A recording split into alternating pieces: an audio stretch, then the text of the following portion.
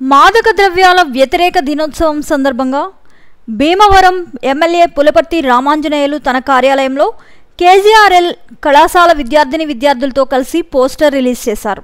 ఈ సందర్భంగా ఎమ్మెల్యే రామాంజనేయులు మాట్లాడుతూ డ్రగ్స్ వ్యతిరేక దినోత్సవం సందర్భంగా శ్రీ విజ్ఞాన కళావేదిక కన్వీనర్ రంగసాయి కేజీఆర్ఎల్ కళాశాల బీఫార్మసీ విద్యార్థులతో కలిసి డ్రగ్స్ వ్యతిరేక దినోత్సవ ర్యాలీ చేయడం చాలా సంతోషంగా ఉందని, గత 5 సంవత్సరాలుగా మన రాష్ట్రం గంజాయి మత్తు పదార్థాలతో మునిగిపోయిందని, ఇప్పుడు వచ్చిన ఎన్డీఏ ప్రభుత్వం వాటిపై ఉక్కుపాదం మోపుతుందని, యువత మంచి మార్గంలో నడవాలని పిలుపునిచ్చారు.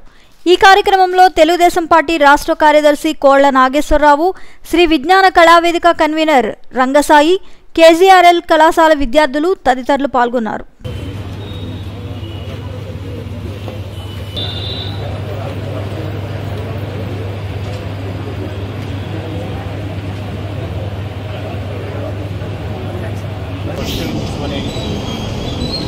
రంగసాయి గారి ఆధ్వర్యంలో కేజీఆర్ఎల్ కాలేజీ బీఫార్మసీ విద్యార్థులు దీనికి వ్యతిరేక ర్యాలీ నిర్వహించారు. చాలా సంతోషకరం. గత 5 సంవత్సరాలుగా మన రాష్ట్రం గంజాయి మత్తు పదార్థాలతో నిండిపోయింది. ఇప్పుడు వచ్చిన ఎన్డీఏ ప్రభుత్వం దీని మీద ఉక్కుపాదం మోపుతుంది.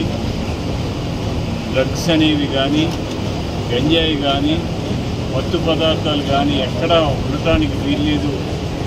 యువత మంచి మార్గంలో నడవాలి.